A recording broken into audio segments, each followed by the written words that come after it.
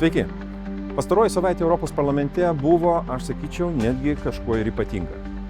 Pirmiausia dėl to, kad mes kalbėjome, matyt, dviem aktualiausiais šiuo laikotarpio klausimais. Tai yra pagalba Ukrainai ir ką turi padaryti Europa, kad jos saugumas būtų užtikrintas ir europiečiai jaustųsi užtikrinti.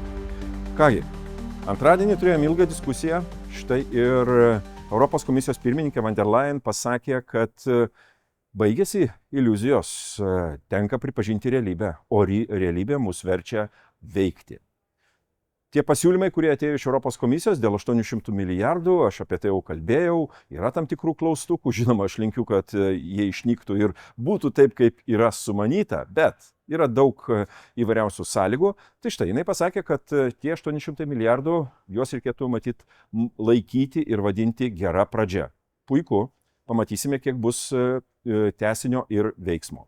Nes jo reikia. Priėmėme rezoliuciją dėl Europos gynybos, tai yra, kaip sakyčiau, toks įvadas arba mūsų pozicija, Europos parlamento pozicija, laukiant ir tikintis to vadinamojo white paperio ar baltojo dokumento, kuris štai pasirodys jau kitą savaitę, kovo 19 dieną. Andrius Kubilius yra tiesiogiai atsakingas už tai.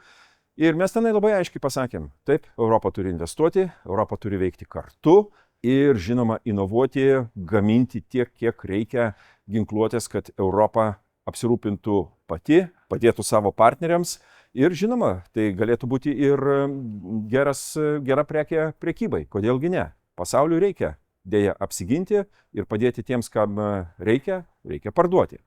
Tai manyčiau, kad ši rezoliucija yra gera.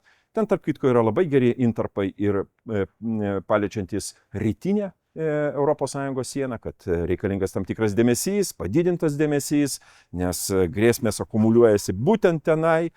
Ne visi sutiko su tuo, dar vis reikia įrodinėti, kad štai rytų pasienio valstybės pirmosios junta tą riziką ir dėmesys joms didesnis yra būtinas.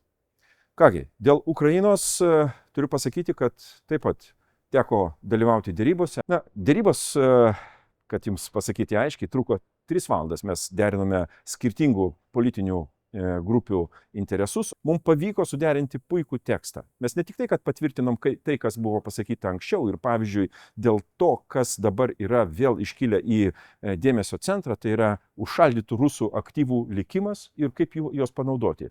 Aš juntu tam tikras tendencijas, kai kurių didžiųjų, ypatingai valstybių narių, parlamentarų norą kažkaip tai tą dalyką užtrinti, kalbame apie panaudojimą, nekalbėkime apie konfiskaciją. Mano klausimas, o kaip tu gali panaudoti, jeigu tu neužšaldai ir nekonfiskuoji tam, kad panaudotum.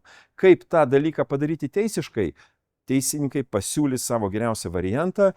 Iš tiesų, su Ukraina padarėme gerą žingsnį į priekį, tikrai ši rezoliucija buvo reikalinga, neišvengiama, ypatingai skatinant Europos komisiją kuo geriau pasiruošti ir pradėti pirmojo klasterio arba pirmųjų dėrybų dėl pirmųjų dėrybinių skyrių su Ukraina pradžią. Ta reikia padaryti, tas ženklas yra svarbus, politinis solidarumas turi išlikti mūsų dėmesio centre.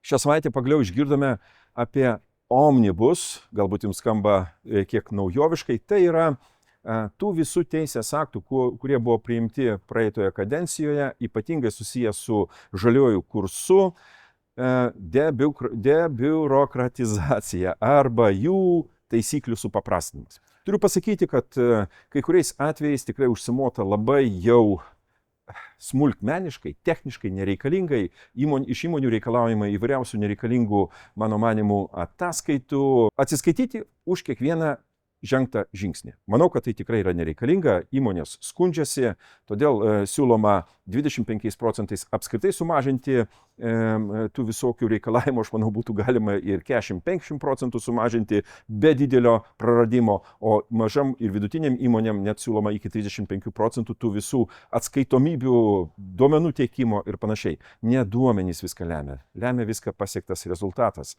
ir galbūt duoti daugiau laiko, o po to pasižiūrėti iš tikrųjų, kas yra padaryta. Tai yra geras žingsnis, aš labai remiu apskritai debiurokratizaciją ir supaprastinimą apskritai ES taisyklių, ypač techninių taisyklių naudojimą. Tokiu keliu mums reikia eiti ir į priekį. Kągi, savaitė buvo ypatinga, turėjome daug įvairių ir kitokių susitikimų, iniciatyvų. Štai surinkome daugybę laiškų, pasirašytų laiškų Europos parlamento narių, kaip paramos ženklas Baltarusijos politiniams kaliniams. Reikia, to niekas nepaneigs. Puikus susitikimas buvo ir su Svetlana Cichanovskaja, tikrai gerai pasišnekėjome ir panašiai. Paskatinau juos, tarp kitko, kuo aktyviau ruoštis tom tikrom reformom ir permainom. Ne vien tik tai, kaip sakyti, mūsų rezoliucijos jau gali padėti. Jie irgi taip pat turi daryti galbūt daugiau negu daro šiuo metu. Kągi, žvelgiant į savaitės pabaigą, penktadienį biure yra parodos atidarimas. Maloniai kviečiu, kaip visada, gera, įdomi paroda, o laukiant pavasario ir spalvos ne pro šalį, kad jų būtų daugiau aplink mūsų. Kągi, šį kartą tiek ir iki kitų kartų.